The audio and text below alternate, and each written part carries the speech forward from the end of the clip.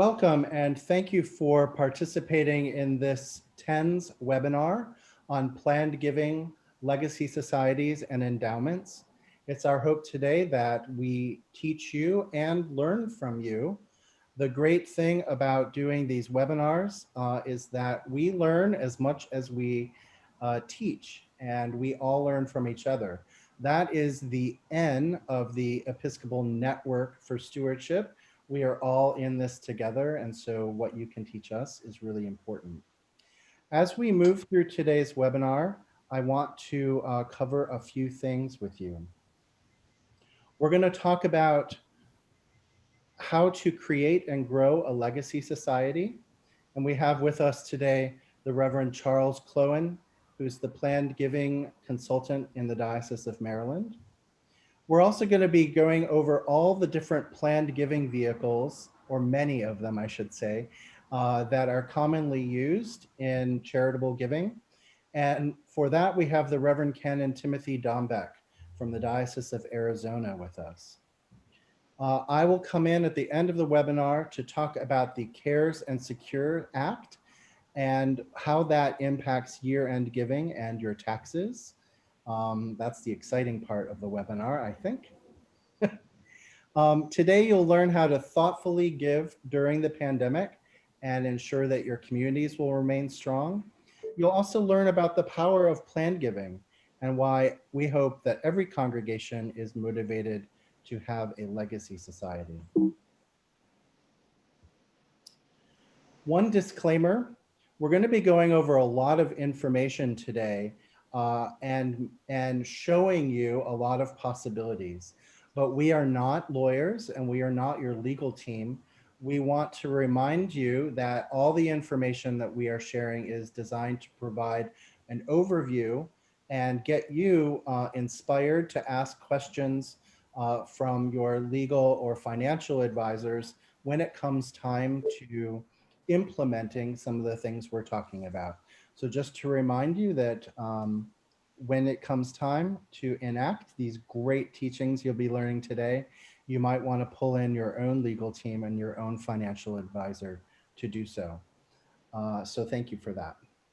Before we begin, I want to remind you, especially those who have joined since I said it last, we are recording today's presentation. You all will get a copy of the recording, the slides, and the reading list after today's presentation. I will email that out to you all. As questions occur to you, please type them into the chat box. We will be looking at them from time to time and Davey just called. From that. Finally, if you could please mute yourselves when you're not speaking. Take a moment right now to hit mute. That will help keep ambient background noise from coming into the presentation. So without further ado, I'm going to introduce you to the Reverend Charles Cloughen Jr. He is the planned giving consultant from the Diocese of Maryland, and he has a wealth of information for us today. He's also going to begin us with a prayer. Charles, the floor is yours. Let us pray. Almighty God, we give thanks for bringing us together for this hour and a half. We pray, Lord, that the words that we speak, both Timothy, Davey, and I, and the words that this congregation hears, be accord to your word and ministry. Help us to listen well, to ask good questions, Lord, and to learn the things we need to be effective ministers for legacy and planned giving. Amen. Amen. Thank you. Again, my name is Charles Cloughen. I am planned giving consultant for the Diocese of Maryland. I've been working in the area of planned giving on the diocesan level for 11 years. I was planned giving officer, stewardship director, and head of development for 9 of those years. What you're going to learn today is how to create a legacy society and grow it. If you already have one, I hope we'll help you make it even better. Next.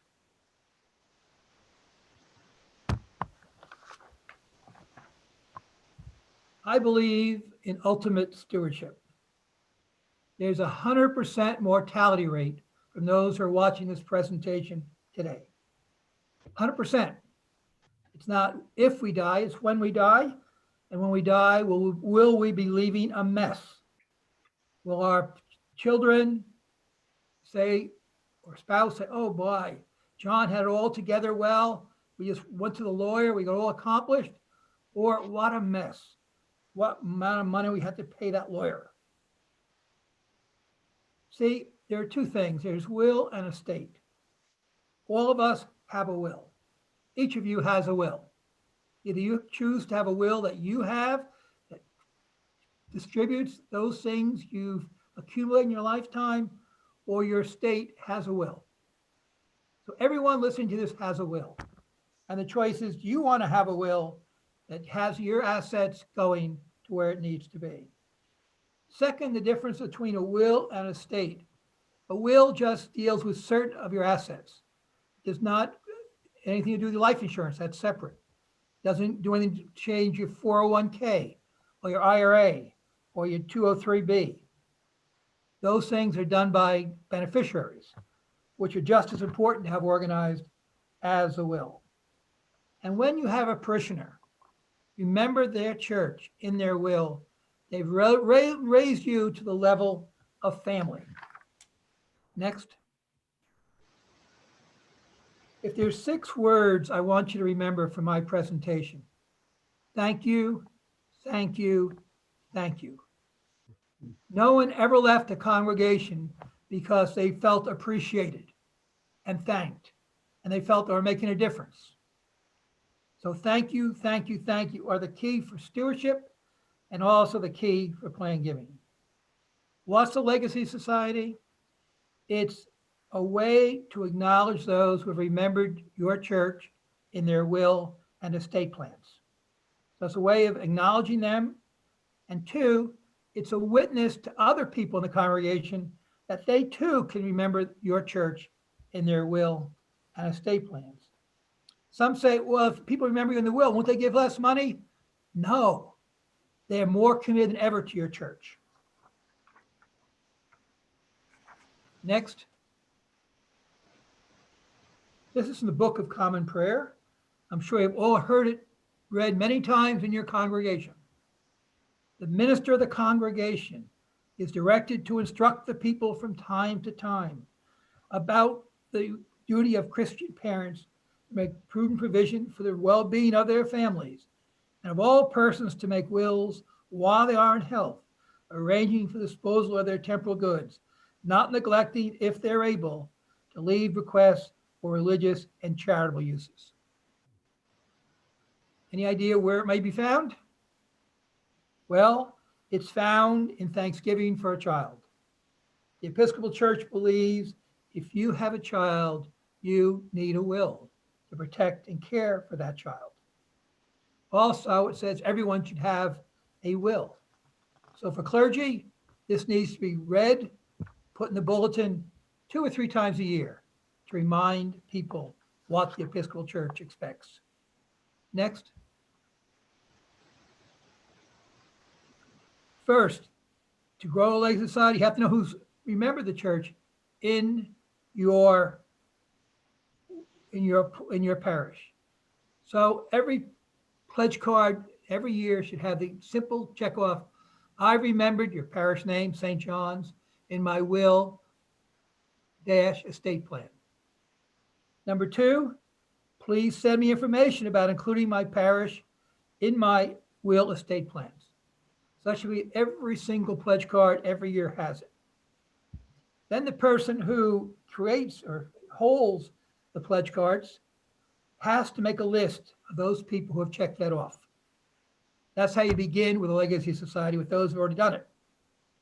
You need a small committee to get together, and there should be people who are well respected in your congregation. When I put this together at St. Thomas's Church, we had a woman who was a banker who was very good at all this.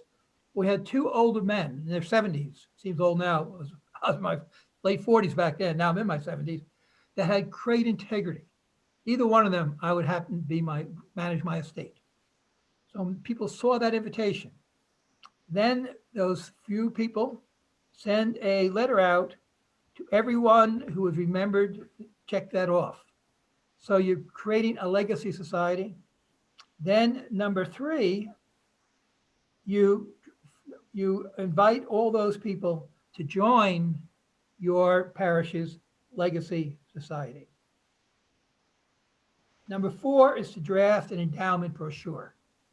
Now, how to create a legacy society, there's a booklet you're going to be getting in the mail, sent to you with what things I'm covering today. When I got to St. Thomas's Church, there was an outreach fund.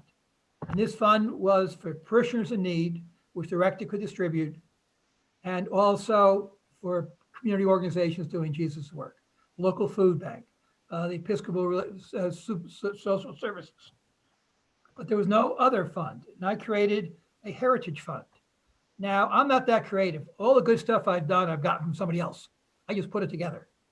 So a neighboring parish had a wonderful heritage fund, and I got their brochure, and I got their bylaws. We put that together and began a heritage fund. And what would happen with that is, heritage fund was the money given was kept in the endowment, but the income was used to do major repairs, important things to be done for the building. Now, some years we never spent it. We just accumulated that in a separate account for when it was needed. Way I helped grow that is when I went after people died in my congregation, I'd visit them as a priest and ask a question. Are you going to have flowers at your funeral? The majority of my parishioners said no. And I said, well, we have 2 funds at St. Thomas's you may be interested in memory of your husband or your father or your mother. One is the outreach fund. I'll describe that. Second, I'll describe the heritage fund. The reaction I'd get, oh, mom used to work at the soup kitchen. She felt our church wasn't doing enough for people in need. The gifts sent to our outreach fund. Or another person says, Jim says, oh, my father used to work around the church cutting the grass and planting bushes, and he felt the church wasn't kept up well enough. So we'll pick the heritage fund. So what happened is every few months in the newspaper, it said, talked about the person who died and said, in lieu of flowers, please send money to the heritage fund or the outreach fund. So every 3 months we deposited money in our endowment for these 2 funds because gifts came in that way.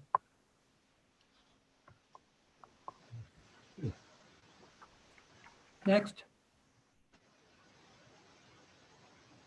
Establish the committee to found the Legacy Society.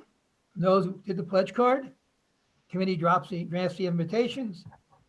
And you then have a list of people who've invited to be part of your Legacy Society. Part of that is always a form is sent out to sign up with a checkoff for anonymous. And then year after year, you invite people to join it.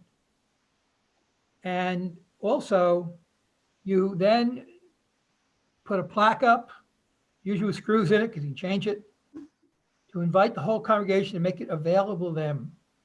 Now, the brochure, as I said earlier, I didn't say earlier, should have the societies, not the Legacy Society, but the endowment, the different choices, plus the name. Now, I believe in always holding people up, saying, think of percentages, because there's no way to know how much you are worth when you die. You go home tonight and spend a few hours on it and come up with a pretty close figure. 6 months from now, the stock market may be at 40,000, 20,000. Your house, remember 2008, may be worth a third of what it is today, or twice as what it is when you die. So percentages keep everything together. Thank you, thank you, thank you. Things you want to do, annual meeting, list all the members of the Legacy Society. Have a special event. If you can afford a cake, you can afford to have a Legacy Society in your parish. At the Cathedral of the Incarnation, where I worship, what I do is I buy a big sheet cake from Growl's Bakery, the best bakery in Baltimore, I think. And on it says, thank you to the members of our Legacy Society. That's the fourth Sunday of Lent, Refreshment Sunday.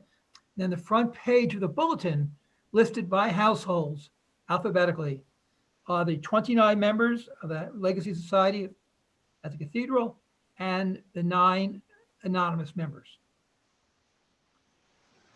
Secondly, All Saints Day. The Sunday after All Saints Day, on the front page of the bulletin, again, is listed all the members of our, not our diocesan, but our Cathedral's Legacy Society. Also, the third thank you we do is we have a Diocesan All Saints Legacy Society, which lists by parish all the members from your church. Right now, there are 274 households who are members of that society from about 45 parishes in our diocese.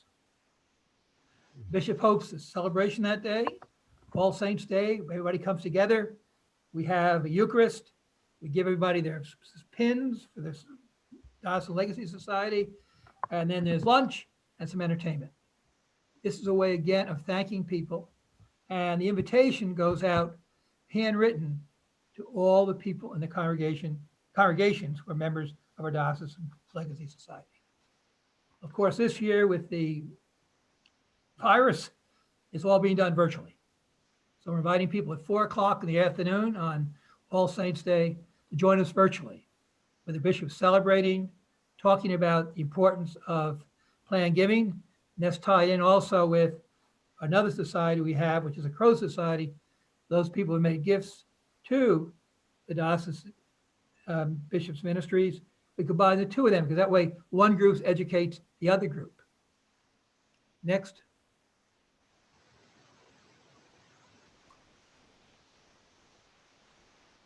A range of special event. Already talked about that. Next. There are 3 testaments. Now, the Old Testament, called the Hebrew Bible, you all know about creation story, Moses. Then there's the Old New Testament, the Christian Bible. You all know about that. Jesus is born, he's crucified, resurrected, and Pentecost comes back with the Spirit. But the Third Testament is your last will and testament. It's called that because when your family gathers together, they will know what is important in your life. Your college, the Boy Scouts, the seminary, your church. That's when your family will know what you really value. That's why this is a ministry. It's not a way to get money for the church. It's a ministry of helping people do what they want to have done with what they developed. Secondly, when I go and preach my Don't Leave a Mess sermon, I ask this question. Is there anybody here in this congregation who does not want to be happy? If you don't want to be happy, please raise your hand. Only once has a hand been raised. And that was at my college reunion with a person who's mentally troubled. Never before or since has that happened. But see, it's hard to be happy. You wake up this morning and say, I'm going to be happy. You get downstairs, you make yourself the coffee, and there's no coffee. Oh my gosh. You've got an important meeting to attend. What happens? There's a traffic jam. Or more frustrating, your damn computer doesn't work for the Zoom call. And it's important, you need to be there. You can't choose to be happy, I believe, but you choose to be thankful. I've been with people who are, we would call quite poor, especially people I was with in the Peace Corps, a small island in Micronesia where I lived in a tin shack, who were happy because they were thankful for what they had. Thankful they had enough food to eat for the day. Thankful they had a place out of the rain to keep warm and to sleep. So to me, being thankful is a key for a happy, fulfilling life. I've been with wealthy people that are miserable because they're too jealous of their brother or sister. Next, it's a personal story of my will. But let me say something about an old commercial I never forget. I always talk about it in my sermon. The Fram filter commercial. If you're old enough, you may remember that commercial. Fram filter. Had a greasy mechanic, so built like me, a little bit overweight, holding up a can of Fram oil filter. And he says, you pay me now or you pay me later. And they showed a car being towed in. That's what I feel about a will. You pay the attorney up front, you get all set up what you want to have, or you die without a will. That's when lawyers really make their money. For me, personal story of my will, I have two stories. One is when my wife died of multiple myeloma, some 6 years ago. I went to call my attorney. He says the will's fine. Take it to the courthouse. I did, and to settle my wife's estate for all the costs was $7.80. We had the beneficiaries done right. We had everything done right in advance. Now, the story of my own will. I have 4 children, 2 from my first marriage, 2 from my second marriage who were never formally adopted, but they're my children. They call me dad. Each of them are going to receive 20% of my will and my estate. Then 20% is going to charity. Now, I went to Hobart College. Some of you may have graduated cum laude. Some of you may have graduated magna cum laude. I graduated, oh Lordy. I had a 1.91 average. And by the grace of God, I graduated. So Hobart helped me live a life of consequences, getting 5% of my estate. With that 191, I went to Berkeley Divinity School at Yale. They accepted me, formed me to be a priest for 50 years. They're receiving 5% of my estate. Then I was president of the American Friends Episcopal Diocese of Jerusalem, our home church over there in Jerusalem, where it all began. They're receiving 5% of my estate. I feel as comfortable in Jerusalem as I do in my city of Baltimore. And lastly, I was rector of St. Thomas's Church in Towson for 18 years, a very forgiving and caring congregation. In fact, the last year during my wife's illness, they changed everything around so I could spend more time at home with my wife. Now, I'm telling you my story. Think about your story. Who are the people you want to remember? What are the organizations you want to give thanks for? And I pray your church may be one of those. Next. This slide will be coming to you. These are the resources that you have available as members of TENS and members of the Episcopal Church. They're available from the Episcopal Church Foundation, but you have to order them through Forward Movement. And there's the email address and the phone number which you'll be getting. First, there's a folder called Plan Giving on Command. It has a whole bunch of resources. Every member of your church should receive, not a member of your church, the head of your committee for Plan Giving and Finance Committee should each have a copy. Second, Funding Future Ministry. This is one for $15, how to do the whole endowment thing, set up the legal issues.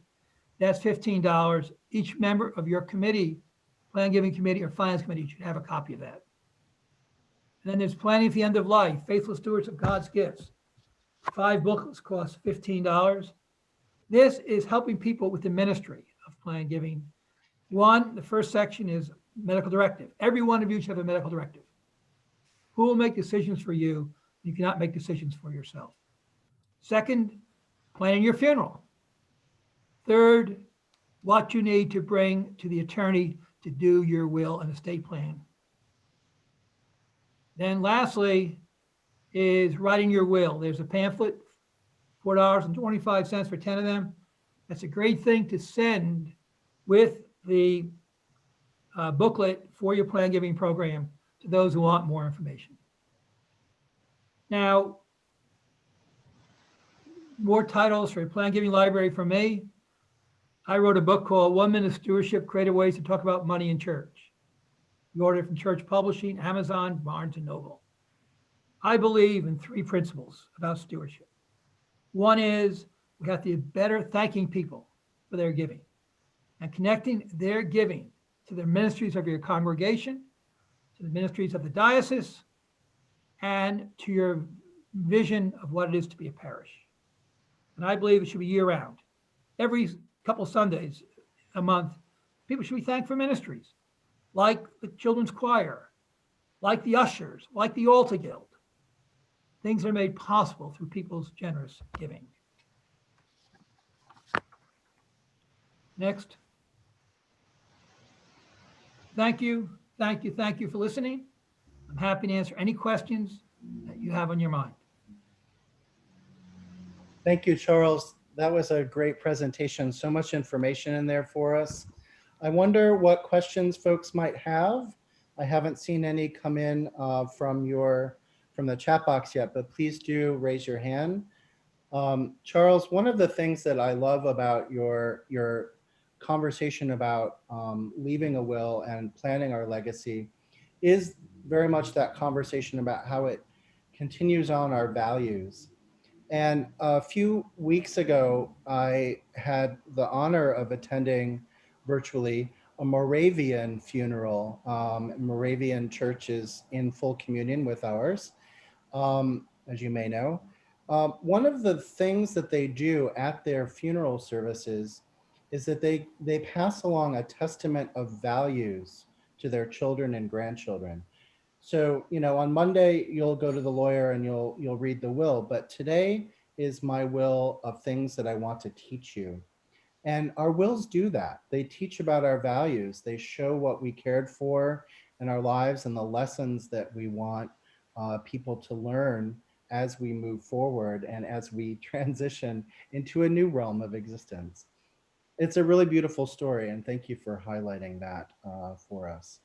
We have a question about including clergy voices versus lay voices in planned giving stewardship efforts. So do you have a thought about that, Charles? Is it peer-to-peer, member-to-member? When the clergy talks about it, where is it most effective? Well, I believe it's a both and. I believe clergy can speak about it, about their own experience with it. And I believe lay people should, like you have a committee, it should be chaired by a lay person, not the rector. But the rector needs to attend because the rector needs to know what's happening with it. So if the person, you're making a parish call and they bring it up about the will, you know how to talk about it and know what the congregation is doing with it. But it's important to have lay people do it, to form a committee. I always had a lay person form my committee, but I attended. And obviously I had the pulpit, but they had personal relationships. And I believe the key thing for ministry is personal relationships. Thank you, thank you, thank you. And then building up personal relationships between the rector and other members of the congregation. Yeah. Timothy, you had your hand up there too. Yeah, I want to speak to that as well. I think I like the both and part of that, but there are a few people in a church that can ask as profoundly important as the rector. If you're the rector or vicar of a congregation, you can ask the way nobody else can. And I think it's helpful if you're already modeling generous stewardship. That gives you a lot of credibility to do that. But sometimes people want to be asked by the rector, and you have to kind of, feel that out, hear from people. Are they waiting to hear from me? But it's very easy to learn to do this. And I'll tell you, the more often you do it, the easier it gets. It may be terrifying at first, but it's really, really important that we all learn to ask. And the reason, and I'll touch on this briefly in a few minutes, but if you don't ask, you've basically said no for a person. You've said no for them. And one of my favorite quotes in this realm of asking is related to hockey. Wayne Gretzky, the great one, said famously once, "I missed 100% of the shots I never took."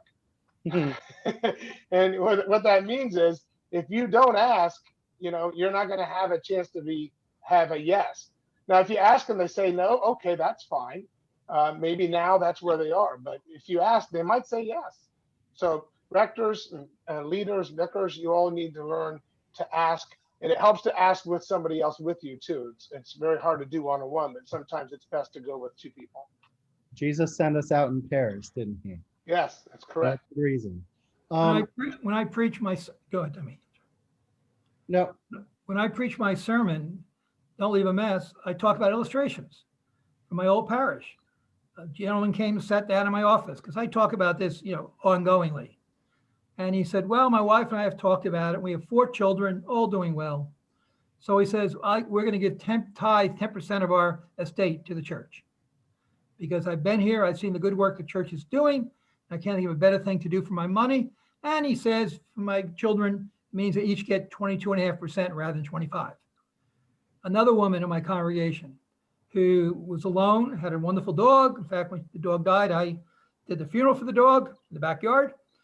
When she was sick, people from the congregation brought food to her. She remembered St. Thomas's in her will because she says, "This is my family." Another woman told me that she was leaving the church for $14,000 to the outreach fund because when she was a kid growing up, the rector helped her out of discretionary fund, not her, but her mother. But I think you tell stories about that. And again, the question is, do your children need everything you have? I asked that question from the pulpit. I said, do children need everything you have? In some cases, yes. In most cases, no. And once in my life, I had a parishioner upset because their mother and father left money to the church, and that was a dysfunctional family that resented every penny that their parents gave to the church because it was less for them. Every other person I went through who remembered money for the church, the children said, "Oh, it's great that mom or dad did that." Now, it wasn't a case where mom and dad gave everything to the church, okay? But shared their estate with the church. So if you can tell stories, that is most effective. Yep. Thank you, Charles. I want to keep us moving. I know there are a couple of questions. I'm going to ask them from the chat, and then we'll move on because we have another great segment coming up ahead from Timothy. One quick question, though. Charles, the pamphlets and booklets you mentioned from ECF, are those available digitally or are they all paper? I believe they're all paper. Okay. We might want to help ECF come into the new century, but that's a good one. Elizabeth. I think I have gotten them digitally before. Oh, okay. So they might be available that way. So you might have to ask for them instead of finding them on the website. Okay. Thank you. That's good information. Again, I reinforce Jim Murphy, the vice president of the Episcopal Church Foundation, is wonderful. Wonderful. He will get Timothy will be talking about this in a few minutes, but when it comes to a gift annuity, he'll turn it around in one day. Yeah. Put a person's name, age, and within 24 to 48 hours, he'll have a proposal for you. They're wonderful up there and they're very supportive and they're free. That's wonderful. Thank you for that. Elizabeth, you'd had a question, and I see you and Julia have had a chat about it in the chat, so thank you for that. But you asked if we should dig back into the records when creating a legacy society and find names of people who have left bequests so that you can be comprehensive in it. And I wonder, Charles, if you think it's worth that as well. How far back should you go? Or should you focus on the people who are there today? It depends on how good your records are. Because you want to, if people, it's recent, you definitely want to include them. One thing about households is I never served in a wealthy congregation. What I found in my congregation is normally a husband died, the church received nothing until the wife died, or vice versa. Normally you receive the bequest when both husband and wife have died. Now, obviously, if the person's single, you receive the bequest right away. But that's why you want to constantly put in the names of those who have died. Whenever you start it, from then on, of course, put everybody in who's died as members of the Legacy Society. If you can go back accurately and do it, but be prepared that some people might be upset because their father's name doesn't appear there. Right. So you need to do it trust level. Yeah. In other words, you don't I don't believe you want people to show you their will or have that in it because people don't want to do that. Also, I believe it's important as you do this to keep track of the requests you do receive and let people know so that they see that people who are dying are doing that for your congregation. Great. Thank you, Charles. And thank you for your questions. These are great. You'll have another opportunity to ask questions after Timothy's presentation and again after mine. You can circle back to anything that we've talked about and ask questions about anything. But now I'm going to ask Canon Timothy if you would please share your screen with us and begin your part of the slide presentation. Thank you, Davey, and thanks to Charles. That was very informative. And there'll be a link, I think, to a video that he made promoting the Diocesan Legacy Society program, and he did it in a cemetery. So you just got to see it. It's just wonderful, and he does a terrific job with that. So in the next few minutes here, more than a few minutes, but we're going to try to, what do you call it, sipping from a fire hose. We're going to try to cover a lot of ground in a short period of time, talking about how does gift planning fit into your congregation's overall income planning program, income producing program. What is a gift that's planned? What are the most common types of those gifts? And how can gift planning maybe achieve several of the donor's wishes, including producing income and maybe even reducing taxes?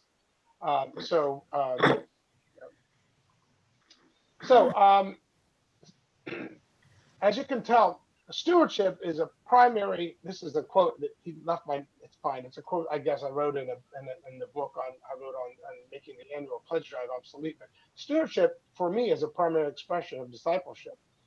And when we're in a church and we're part of the leadership in the church, managing those resources, those assets that people have given to us, is a very important responsibility.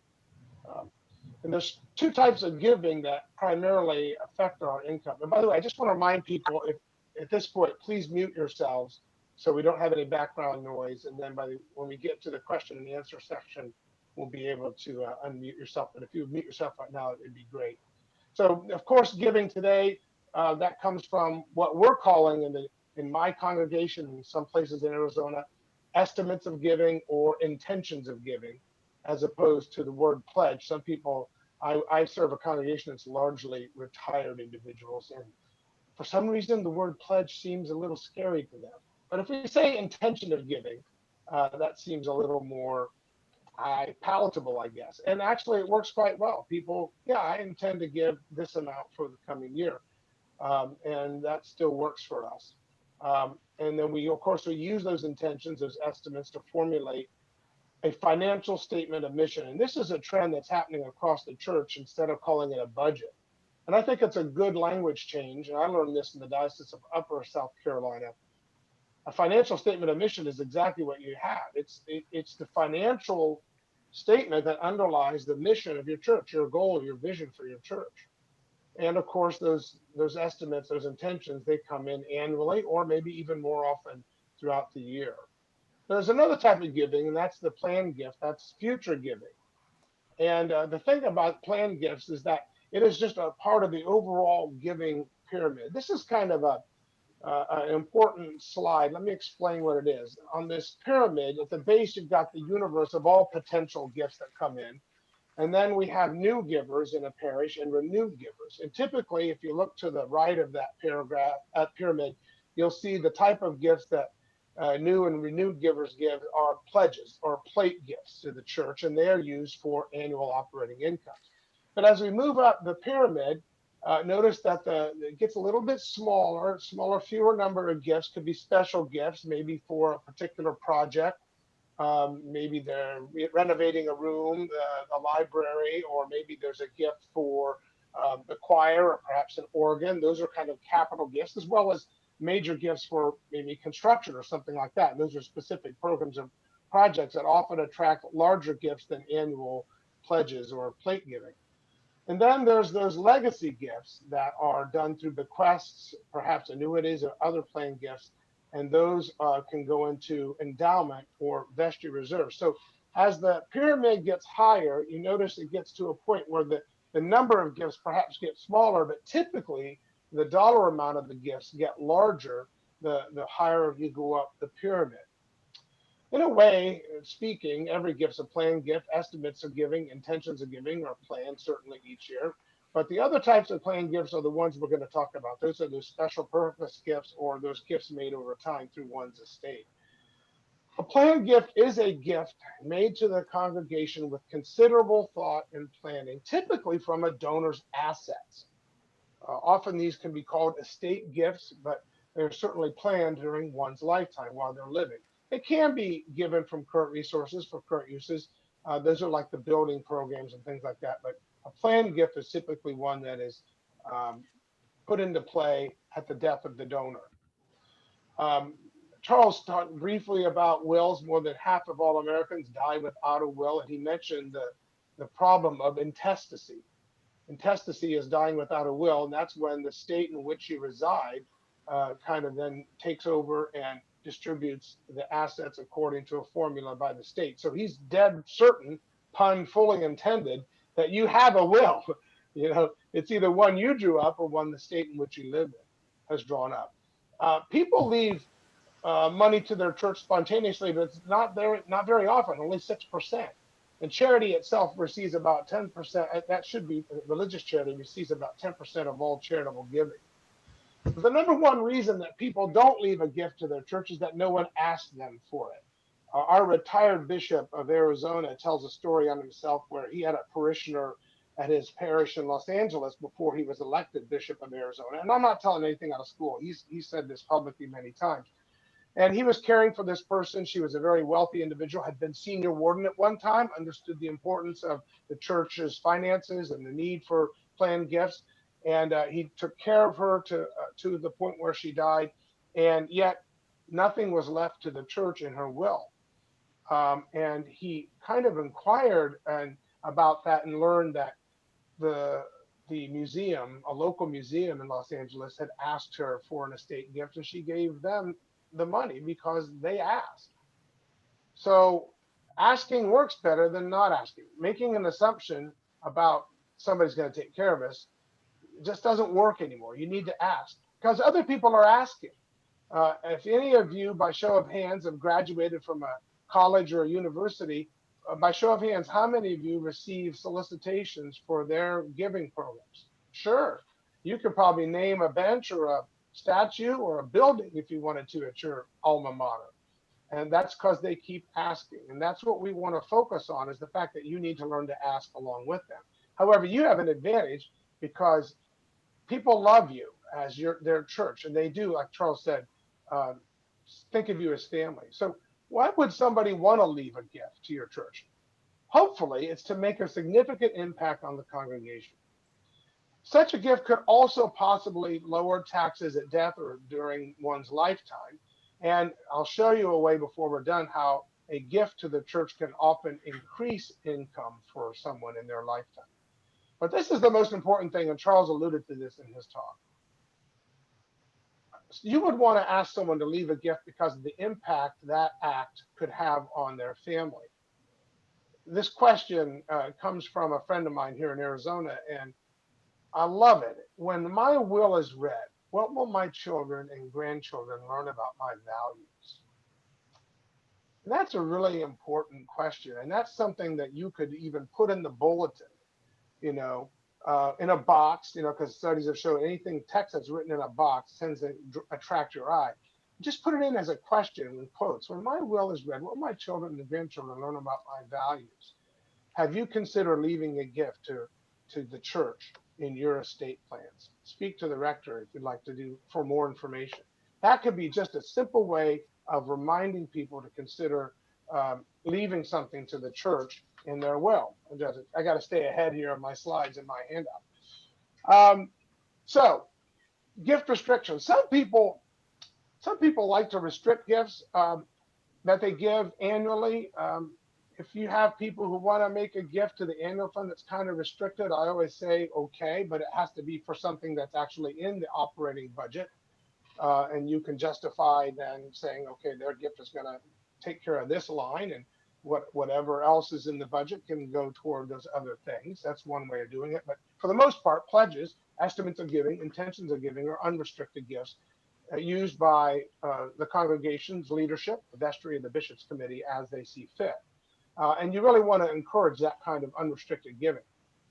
And sometimes some gifts are restricted, like for an operating fund, for extra budgetary expense, extra, something for the choir fund, library, some kind of, or maybe the rector's discretionary fund. That's often a restriction. But the most common gift restriction there is the parish's endowment. Now, What is an endowment? This is very important to understand. And you can get from Episcopal Church Foundation boilerplate language to set up an endowment. You just ask for them. I think Ken Quigley was the guy that was doing that, but I'm sure Jim Murphy can get it to you as well. An endowment fund has two characteristics. It's a permanent savings account that can never be spent, and only the fund's earnings can be used each year. And that's an important distinction. Endowment fund is a permanent savings account whose corpus, the body of the gift, cannot be spent, only the earnings each year. Here's another thing that I think you need to be aware of. Endowment contributions can only be made by a giver, an individual donor. Leadership, not the individuals, but the board, such as the vestry or the bishops committee, they cannot designate money into the endowment. They cannot put money into the endowment. What do I mean by that? Well, sometimes congregations receive planned gifts that are not designated. They're undesignated gifts. And actually, I get more of those than designated for the endowment gifts. When that happens, the leadership of the church, the vestry or bishops committee, can treat the money as an endowment in a reserve fund. You can have something called a bequest fund or unrestricted reserves, and that's an important thing to have. But unlike true endowment, the bequest fund or unrestricted reserves can be used in the future by leadership of the parish for operating if they chose to. Now, I wouldn't do that very often, and I wouldn't even announce that you do that when you have to, because that can often kill your planned giving program. True story. One of our planned giving consultants here in Arizona heard the rector say from the pulpit that the congregation had received an unrestricted bequest, and thankfully, because of that, they were able to balance the budget. And this person, who was a member of that congregation, heard a person in a pew next to him whisper to the person sitting next to this individual, and that's exactly why I'll never leave a gift to the church, because they're just going to spend it. So that's why you want a true endowment. Because so people who can have the assets, who have the will and desire to leave a gift to your church that doesn't get spent, it can go into the endowment, and that money will stay there, earning money, earning income for the church as long as the church exists, because you cannot spend true endowment. So ideally, a congregation has three funds: your annual operating fund, your operating reserves or bequest fund, or where you put those unrestricted bequests, perhaps, in unrestricted reserves, and your permanent endowment. And there may be some questions about that, and we'll come back to that later.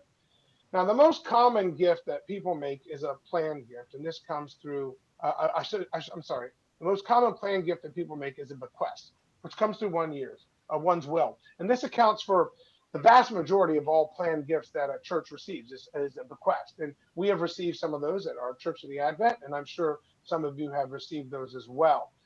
For those with an existing will, they can add what's known as a codicil to that will, naming the parish as a beneficiary.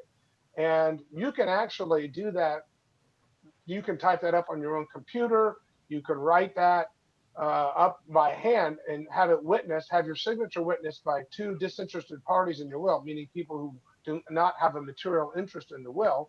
And that can be attached to your will and will be respected and honored when the will is probated. And of course, Charles mentioned earlier that any bequest could be either a percentage of remaining assets or a fixed dollar amount. And I do agree with him. I think it's safer to leave a percentage in the will rather than a fixed dollar amount, because you never know what you'll be worth at the end of your life. Now, how do we go about asking for a planned gift? What are some of the ways that we can tease people with the idea of this? And who would be the ideal candidate to begin to talking about planned gifts? And I'll tell you, you're going to be surprised at the answer. You may think it's only your people who are retired or your oldest members of the congregation. But frankly, anybody who has been at your church for a period of time and giving regularly for 5 years or longer, I would consider them a candidate for asking for a planned gift. Because if they've been at your church for 5 years or longer, giving monthly or quarterly and giving generously, they probably think of you as family already. And asking them to think about leaving the church a gift in their will can often be a good thing, because you might spur them to actually get a will. As we said before, more than half of Americans die without a will. So it's important to have people think about doing this.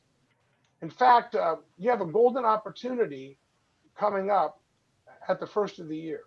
Everybody makes New Year's resolutions, right? We all do that. And having a will drawn up is one of those things that people mean to get to. It's kind of there on the back of the head, but they just never get around to it. And maybe this is a time you can begin to ask after the first of the year, have you considered, if you don't have a will, get a will? That's the time to literally take that rubric out of the Book of Common Prayer. I think that's on page 445 or 455. Put that in your bulletin, put it inside a box. If you've not done this, do this. Don't forget to plan your funeral. That just takes a tremendous amount of pressure off of one's family.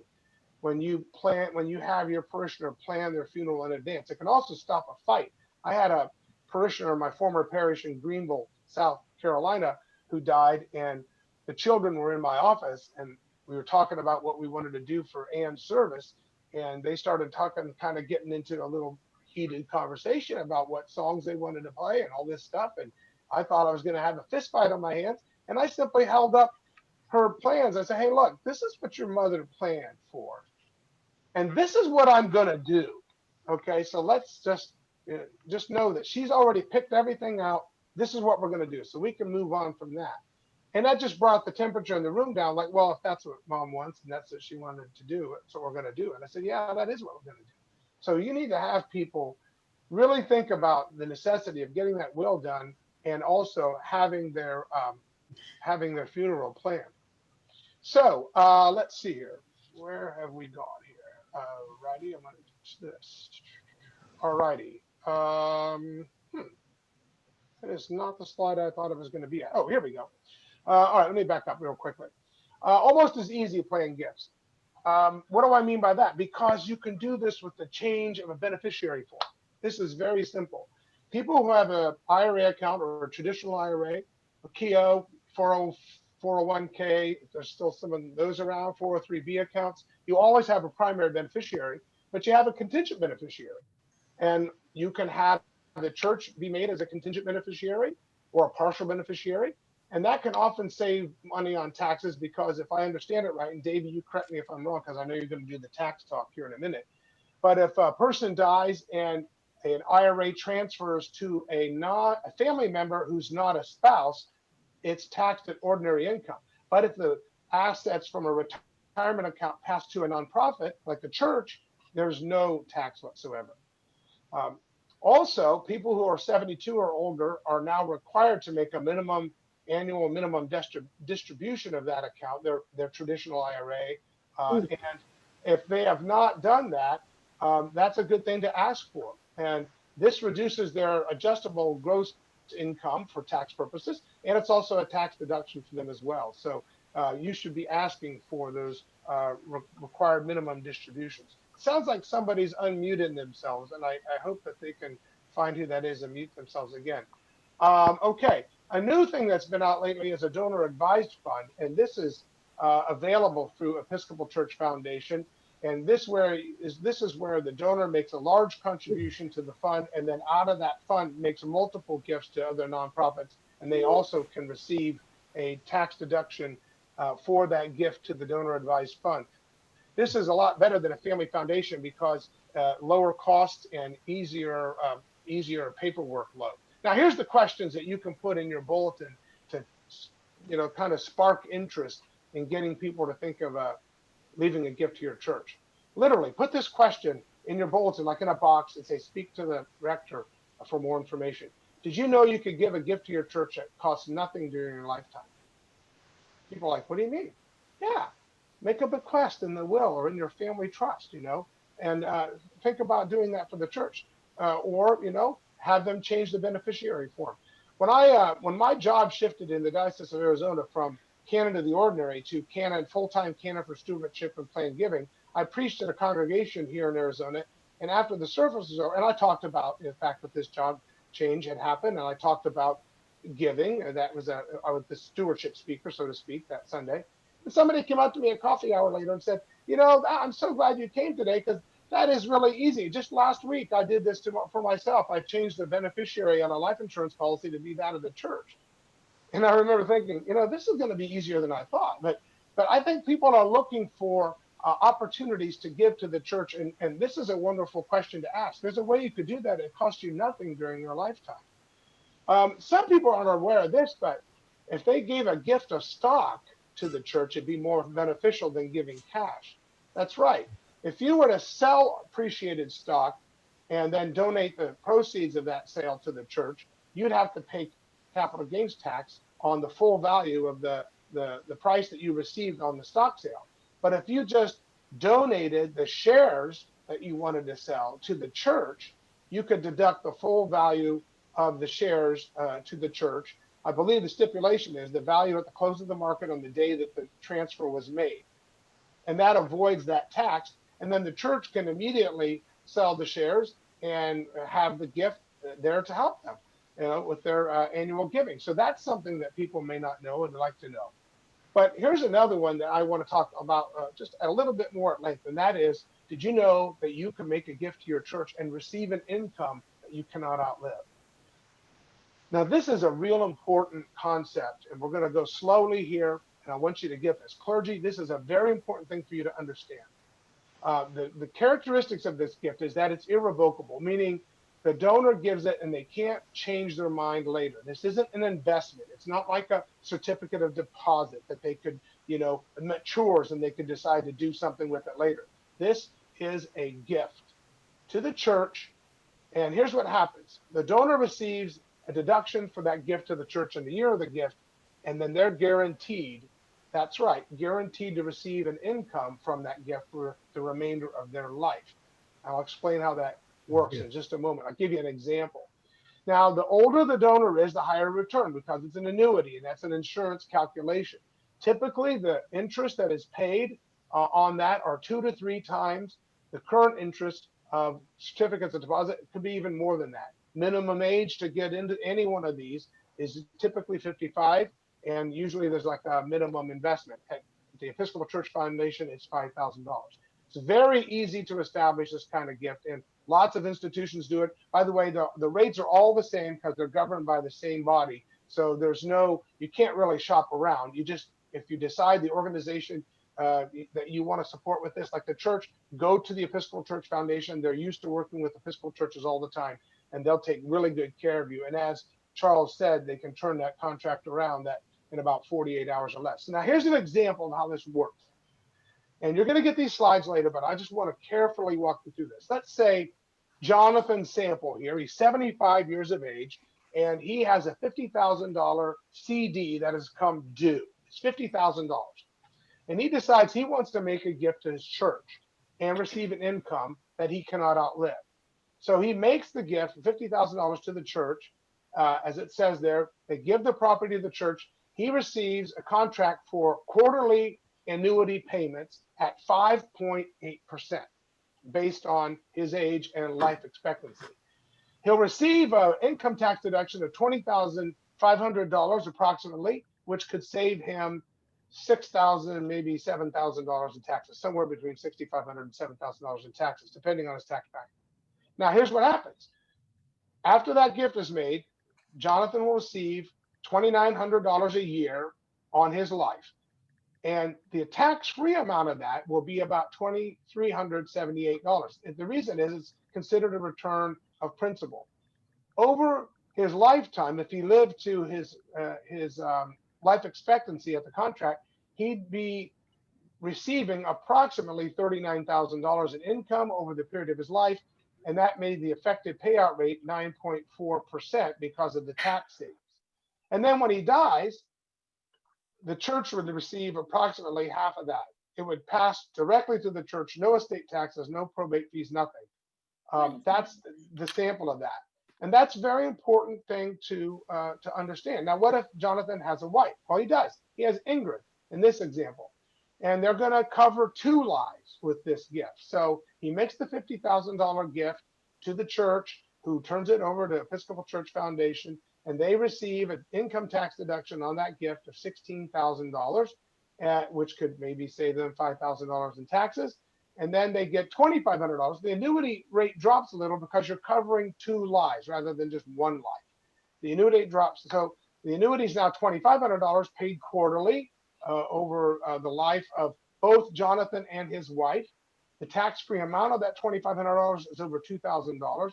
And so the estimated payout over 2 lives is roughly $44,000, and the payout rate is about 7.8% if they both live to their life expectancy and died. And even then, there'd still be that remainder, approximately $25,000. If a person lives longer, that amount could be less. If the person lives to be 105, that amount may be 0. But that's the risk. But the point is you do stand to possibly gain when a person dies who uses a charitable gift annuity, and they gain by having an income, largely much of which is considered return of principal, so it's not taxable. And there are some larger investments, charitable remainder trust, that work basically the same way. And sometimes you can even have a charitable life trust with a house. Somebody can leave the house to their church. Again, talk to an attorney about that. So if they have someone who wants to give a gift of life insurance, it would need to be, we'll get to questions in just a minute. It would need to be whole life or universal life, some kind of a cash value form of life insurance. You would just donate the policy itself to the church, but you can't do that with term insurance because there's no cash value in term insurance. But that doesn't mean you couldn't have a term insurance policy you pay on and make the church a beneficiary. That would still work. You don't really need any help to add a codicil to a will, although if you do go to the attorney who drafted the will, he or she can do that for you. You don't need any help to change a retirement account beneficiary or a life insurance policy beneficiary, other than you need to contact the custodian of your retirement account or the company that holds the policy. You would need some legal help to set up to get a CGA, a charitable gift annuity. Talk to your rector, talk to the Episcopal Church Foundation, or to make a gift of an insurance policy or make a gift of real estate. You certainly need some legal help. And especially for the last will and testament, I would really recommend you use an attorney for a will and not necessarily an online will device. Those have been reviewed by legal professionals, some who are disinterested. They just want to say, how effective is this? And they often get a grade of about C to C- on being complete or effective. It could work. A handwritten will can work, but if you really want a solid last will and testament with maybe a preamble that we were Davey was talking about, kind of stating what your values are about being a member of the church, that would be a good thing. In fact, in the handouts you'll receive, there's a sample of a Christian preamble to a will. If you want to set up any type of trust, you need to see an attorney for that. Sometimes, depending on the size of your estate, trust can be expensive at the beginning. There's no expense at the end because a trust simply is distributed according to the trust document. You don't probate a trust, so that can be very inexpensive at the end of life. Or if you want to have a more complex gift, such as a life estate, a gift of property, a residence, or a farm, you certainly need an attorney to do that. So I'm going to stop sharing my screen and open it up for some questions right now. Timothy, thank you so much for that amazing information. You described it as drinking from a fire hose, and you're absolutely right. There's a lot of information out there, but I think you gave it to us in a great format. And again, you're all going to get these slides and a lot of handouts. So that will help you. Charles, there's a question from you, and I see a question from someone else in the chat. And please continue typing questions into chat and we'll answer them now. This is not a question, but more of a witness. I share with you my will at the end of my last presentation. The problem I had was I attend the cathedral now. And do I redo my will to include the cathedral? And I chose not to, but I did a gift annuity. It worked out fine. It was a $10,000 gift annuity. I received 6% interest, which is 3 times or 4 times what I get from my bank right now. And it's guaranteed income for life. So if I live to be 138 years old, I'll receive that income the rest of my life. From the Episcopal Church Foundation, every quarter, I get a check, which I cash. And a good part of that check, of course, is tax deductible because of the way gift annuities work. So I can't say enough good things about them. I did one for one of our clergy, woman clergy who wanted to do something special. She did a $20,000 one because her friend did one and she appreciates getting that income for the rest of her life. Thank you. There's a question from Margaret in the chat about charitable gift annuities, and the interest rates are much higher than CDs because it is an annuity product. The reason the reason it works that way is that they invest the money and they keep the greater return, but they give you some of your principal back. That's why so much of it is excluded from tax. I want to tell you a true story. I was at lunch one Sunday after church in Green Valley, Arizona. Ray Tackett knows where Green Valley, Arizona is. And after church, I was with the treasurer and his wife, and a lady came up and he introduced me to her, and I told her I was Planned Giving with the Diocese. She goes, I love those charitable gift annuities. I get them through my church. I buy one every year. And this is what she's been doing. As a CD matures, she puts like 10 or 20,000 in another CGA. And because she does that, and she's a year older, the interest rate's a little bit higher. And she keeps creating a rising income for herself, and she keeps gifting that money either to her church or these other charities that she wants to support. So it's really exciting to watch her do that, to hear about that. But yeah, they're really popular, charitable gift annuities. So, so think about talking about those.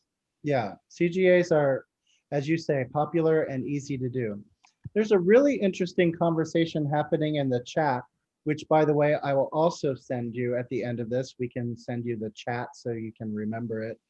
And it's a question, and Charles, maybe you can help shed your opinion on this as well. What to name a legacy society? And the question is, perhaps after a saint, perhaps after a particular member.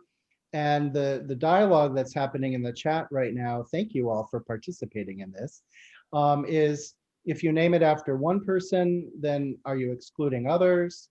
So one of the things I always recommend is perhaps having founding members, and those go on the plaque, and then you name it for people, but you have founding members. But when it comes to naming or creating the plaque, perhaps that's going to go into your garden or your church wall or whatever, Charles, do you have an idea or an opinion about what to call a legacy society? Well, I have three choices, I think. One choice is the year your parish was founded, like the one in our diocese, 1784. 1694. That's when they were founded, before there was the United States of America. Some do like we did the All Saints, because that was something we recognized all the members of that society were saints in the church. Sometimes it can be over past rector. I wouldn't choose all the members now in the society, but past rector, that somebody admires, usually they're dead by now, but they were great and they built this church. So you want to have a name that's, if it can be distinctive for your church, or universal. And that's something that the vestry has to discuss and think about the different choices. If your founding year is special, I don't know if I'd do a 1955 Legacy Society, but those are the ways you can go about it. All Saints is maybe the safest because that includes everybody, but you want something, if you can, special for your congregation. Thank you. That's a great point. One other question, Timothy, and I think this is for you. When I talk in my role dealing with planned giving, one of the common misconceptions I hear from folks is, my estate isn't very big. I'm not very wealthy. Can I make a planned gift, or what possibly could a planned gift be from my paltry estate, as people might think about it? And so I wonder, for those of us who are of modest means, how might we think about planned giving, and can anyone really leave a planned gift, or is this for the wealthy? That's a really great question. And what I want to remind people is this: if you have any real property that is titled to your name, you have an estate. An estate doesn't mean wealth. It just means what you own, the things that you have property. If you own a home, a car, I mean, do you own anything? And secondly, are there people who might need something from you, dependent children or whatever? Charles's question, do your kids need everything you have, is a very good question. The older they get, they may not need what you have. I'll give you a personal example. Some of us have life insurance, and life insurance is really, I don't really like the term. It's death insurance is what it is. You're insuring against your premature death, you know. So Beth and I, we have a son who has Down syndrome. He's our only child. And he, you know, we wanted to be sure that we had life insurance in case something happened to us. So we bought inexpensive term life insurance, but we did not feel a need to pass on an insurance estate to Jonathan. And Jonathan recently, a year ago, moved into a group home, a ministry that's run like a group home. And that's going to be his home for the rest of his life. So we did two things. Number one, we let our term insurance lapse. We don't need it anymore. I have insurance from the church. When I die, there's going to be a policy that'll help bury me and all that. And secondly, we decided to make that ministry a large recipient of our estate into their endowment, so that will be there for Jonathan and other people like him, other families that need a place like that for Jonathan. So whatever you have, if you own a house and a car, something like that, and you died, somebody's going to have to sell those items, and there's cash right there that could be given to an organization, a part of your church or whatever. And you can even stipulate from the proceeds of the sale of my, you know, my house and my other real property, after all taxes are paid and all debts satisfied, I would like to leave X% to Church of the Advent, Sun City, West Arizona, 853. No, I'm kidding. I'm just kidding. But you know, you need to be real clear about that. But you actually, regardless of how much money or how little you have, bank accounts. I mean, there's money there. Who's going to get that? How are you going to distribute that? That's the assets that you have to give. And believe me, if you put it in the endowment, it's going to grow. That's the key thing. If you name it in your church's endowment, it's going to grow. One last thing, Davey, and I forgot to mention this earlier. If you're leaving money to your church, be very specific about what church it is. Because if your church has a similar name to a church in your town, or particularly in your diocese, you want to be sure it's the church at this address in this town. And the reason I say that is, I think that's Ray's from Arizona, if I'm not mistaken. And we had somebody leave a gift to the Diocese of Arizona and for the benefit of St. Paul's Episcopal Church. Well, I think there were like 5 or 6 St. Paul's in Arizona. And so we had to figure out, okay, which St. Paul's do we have to do? You know, in fact, there's a moratorium right now on the name of St. Paul's in Arizona. No new church can be named St. Paul's. We have too many. And we figured it out finally based on where this person lived at one time. It had to be St. Paul's that was in Tucson. So we got the gift to the right church. But be very specific about your church, the address, you know, the town, the zip code, or else it could be problematic, you know. Thank you. But does that answer the question? We all have an estate. Yep. Make sure you tell people how you want to distribute the assets. Thank you so One much. thing I'd like to add, I don't believe there should be a minimum. Some churches say you have to have $25,000 or $10,000 to be a member of your Laity Society. No, there's no bottom. Oh, I did a no funeral. bottom.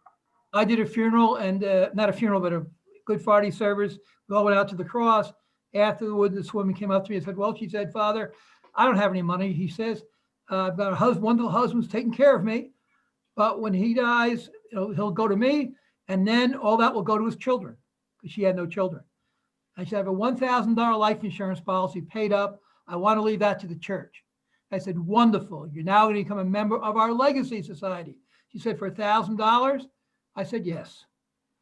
So you want to accept all gifts. There's no minimum. Good story and good advice. Thank you, both of you.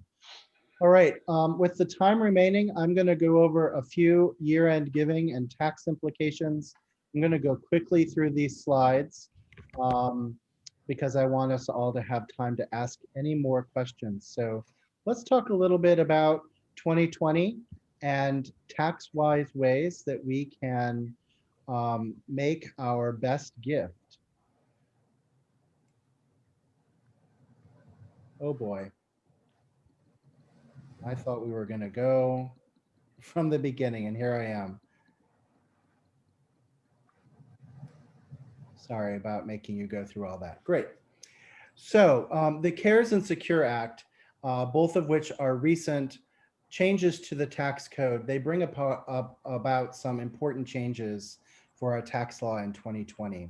They also create some new opportunities in giving. So we'll be talking about those in the last few minutes that we have together here. The first is the Secure Act. So that eliminated the maximum age for your IRA contributions. Now at 70 and a half, you can continue contributing. So that allows you more time to save. The change, this change required the minimum distribution. We'll be talking about required minimum distributions in a minute. Said that you must start taking them at 72 instead of 70 and a half. So that changed the way some of our donors were thinking about their required minimum distributions. It also eliminated stretch distribution rules for your IRA.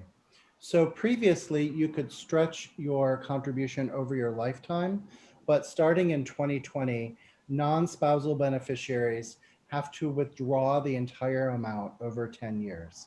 So this is something that we just need to pay attention to, some really important laws, and it changes the way for those of us who make annual gifts to our congregation out of our IRAs or our retirement accounts. It changes some of the flexibility that we have. The CARES Act, which was passed in April as a part of the stimulus package for pandemic relief, changed some of these rules from the Secure Act and from existing rules even further. So the CARES Act, as you know, will expire at the end of this year if Congress doesn't extend it. It temporarily drops the required minimum distribution. So everything we just said about having to take a required minimum distribution changes in the tax year 2020. So there isn't a required minimum distribution. This is really helpful. That money can stay in your retirement account and continue doing what it does. You will be able to contribute a maximum of $100,000 as a qualified charitable distribution if you want. You're just no longer required to in the tax year 2020. So IRA owners who usually use their required minimum distribution, they can suspend their giving and they could make a larger contribution in 2021.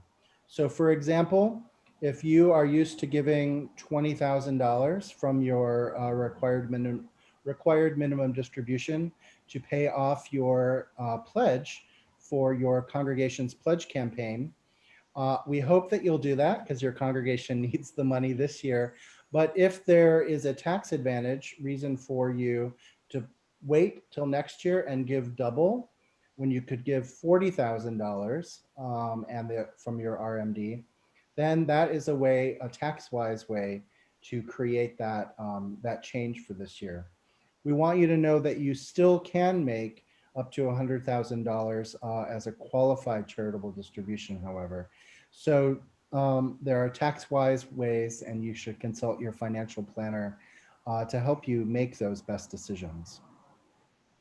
The CARES Act also created a new universal charitable deduction. So this is a $300 above the line adjustment.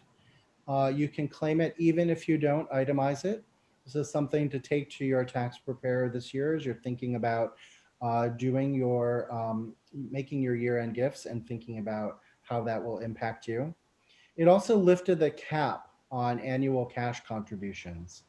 So that's a significant difference there, and that changes things for how you might make your individual gifts to charitable institutions this year. You can still have a tax-free year if you think about your giving in these ways. Planning for the future, always important, but there are a lot of things that we need to think about this year. Philanthropic priorities often take a back seat when we are experiencing economic hardship.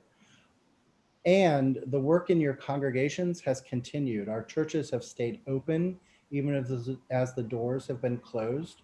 Your congregations are still providing essential ministry to your neighborhoods and your communities. So please do consider and encourage your members to consider making their philanthropic gifts, their gifts to your church this year, even when everyone is experiencing this tightness.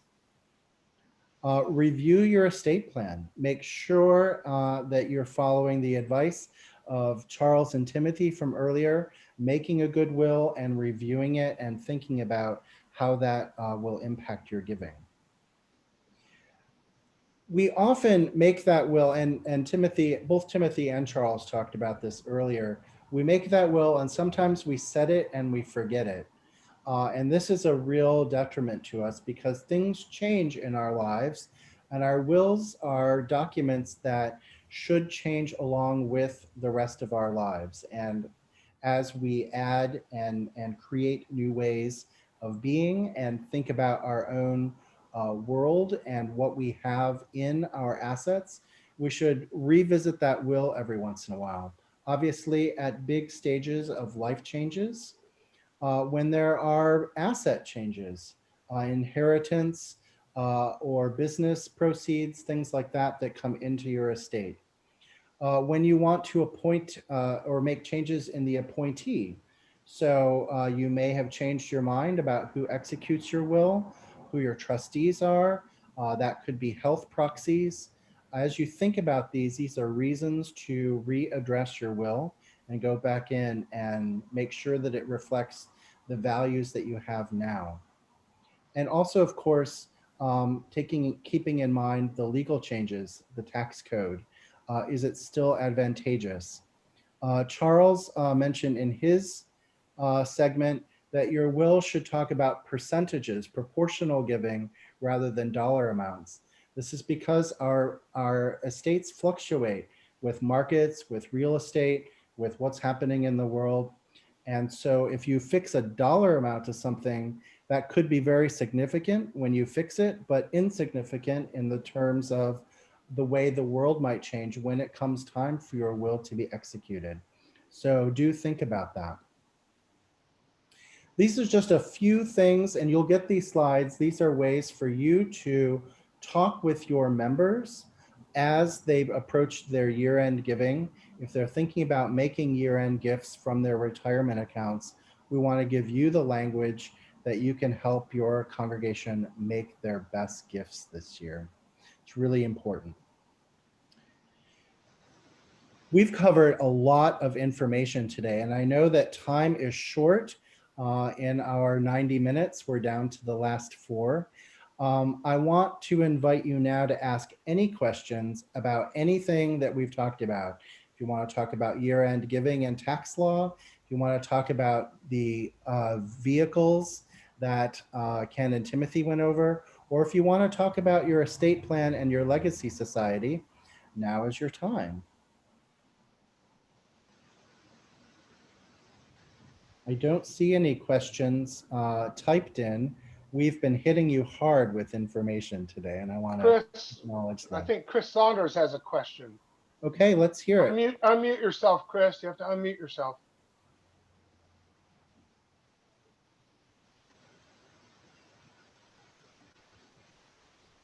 Chris, if you're trying to ask a question, you'll need to unmute yourself so we can hear it.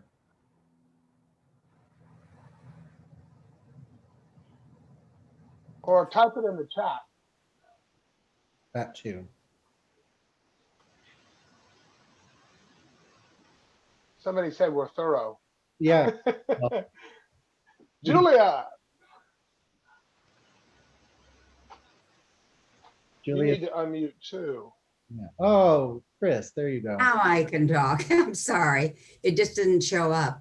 I would assume there would have to be a steering committee to help get your legacy committee, a legacy society going. And my question is about the composition of that. Besides parishioners, do you need a tax attorney on there? Do you need an estate planner? what professionals do you need beside parishioners? Great question, Charles. What's the makeup of a steering committee or a legacy society planning committee? Charles, you're muted. There are two issues. One is the plan giving, I guess, the legal part. In other words, what's going to look like, all of that. You need a lawyer on that. You need some people who are professionals to be part of that. A legacy society is different because you want people on that who are already membered the church in their estate plans. Right. So you need the lawyers and stuff to do the legal stuff. And the church, Episcopal Church Foundation can help with that. The legacy Mhm. society is very different. I Those are understand people that. who have already done it and invited others to be part of it, but you already have a program already established. I was asking about the steering committee to get you started on this, and at what point you bring in the professionals. Well, I think you do that fairly early because you have to, before you invite people to give, you have to have Yeah. something to give to. Yeah. That's what we're talking Thank about, you. a foundation, whatever. The Thank you. foundational stuff. Right. Thank you. And the composition of that steering committee, we had a conversation earlier about lay and clergy. You want it to be fully diverse of the voices of your congregation. So yes, certainly put some, put a tax lawyer on there, but also put your most passionate ministry partners in that committee as well, because they will guide the vision. Tax attorneys are great for executing thorough policies. Your visionaries are great for making sure that you're all staying on mission and talking about the future. So that steering committee should have a nice mix of people who can help you promote this idea and also do the undergirding of it so that it's solid. Thank you. Thank you for your question, Chris. Are there any, so we have one more question. Are there professionals at CPG or the Episcopal Church or Episcopal Church Foundation perhaps that can be invited into a congregation's creating of a steering committee? And I'll ask Charles and Timothy to talk about that. I will also say, as a member of, as we are, the three of us who have presented today are also affiliated with our diocesan staffs. Your diocese also have resources in helping you do this. Many of your dioceses may have planned giving officers on staff or as consultants. So don't forget to check in with them too. But Charles and Timothy, do you have other ideas on professionals that could come in to be members of steering committees? Well, at the congregational level, depending how large your congregation is and financially how affluent, to be honest, Episcopal Church Foundation could send somebody down to work with you. We found most effective in our diocese is we have a planned giving day where we invite rectors and lay people to come to a church for a morning. And we brought people down from the Episcopal Church Foundation. They come down, they present everything for about 2-3 hours, then everybody goes out and has lunch.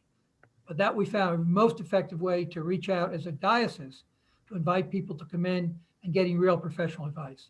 I also go to congregations, meet with them, and talk to vestries and finance committees and plan giving committees how to get this all started at a diocesan level. Thank you. Yeah, I just want to say, remember, the Episcopal Church Foundation will give you boilerplate language that your vestry, if you're an independent parish, your vestry needs to pass as a resolution to create an endowment. In Arizona, if you're a mission congregation, you have an endowment. It's with the diocese, and they keep track of any gifts given to your church specifically for you. They keep track of that. They make sure that you get your earnings reinvested and distributed to your account. So other dioceses, just depends on the diocese you're in, whether there's such a thing as a mission congregation or a parish. Those are the differences we have here, but that's important. Even a church as small as 52 can have this. There's no reason not to. If that's a mission congregation, I would find out from your diocese if people want to leave a gift, a bequest to our church, how do we do that? Get the language from your chief financial officer in your diocese to be sure that you're getting that gift designated to you properly, and it'll be credited to you properly as well. Great, thank you. And I remind you that you'll be getting this video and the slides. You now all have a presentation to show to your steering committee or your vestry or your legacy society on getting the conversation started. And you'll be able, so this is a tool as well to get the conversation started at the most basic levels. So please take these slides. We're giving them to you in PowerPoint so you can customize them and put your own name on them, and use this as a teaching tool as well. So thank you for that. We had a question about whether there's a good, or where there are good sources for examples of legacy giving or endowment brochures. We're going to send you some. Charles has some great ideas. Timothy has some handouts. We can also assemble a list for you of some other good ones that are out there. And we're happy to do that. You're going to be getting a reading list and some handouts emailed to you later this afternoon. With everything, the recommendations of the books. Charles is a great writer, and I hope that you pick up his books as well. They're absolutely essential and helpful in planning these conversations on stewardship. As Timothy reminds us, asking works better than not asking. You don't need a brochure for that. Keep asking. Friends, Also, yeah. let me say something. People quite often don't respond right away. I served the parish for 18 years. After 15 years, the finance chair came to me after his wife died and said, "I'm remembering the church in my will." This man heard me for 15 years. It took that long for him to put the church in the will. You need a brochure, as we want to repeat, that people will keep for 5 years. So when they go rewrite their will, they'll bring that brochure to the attorney with the names of your church, how to address, how to remember the church in your will, and remind them of what, if you have different funds, what fund they want to do. So again, this is why you repeat, repeat, repeat. Yeah. St. Thomas's, every year I had about 3 people would check off, "I remember the church in my will estate." And then we invite them to join the Legacy Society. So it grew like 3 people a year. When I left, there were 29 people, households in it. Thank you for that reminder. It's a long game often, planned giving and estate planning. And we need the reminder. So don't think just because you sent one great email and preached a good sermon and led a good adult ed coffee hour about planned giving, that was enough. It needs to be repeated and reinforced. And when we are so terrible in our churches about celebrating bequests that come in and talking about the power of planned giving, when they do come, we should talk about them. Not, as Timothy reminds us, is we just spend them right away when they come in, but as ways that we add them to our endowment, how they will enable ministry, those lessons.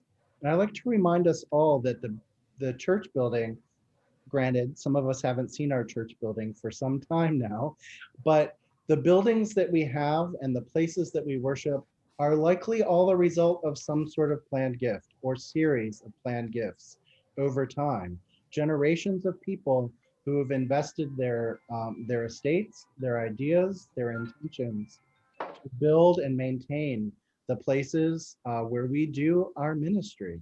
So we are all beneficiaries of really beautiful planned gifts throughout generations.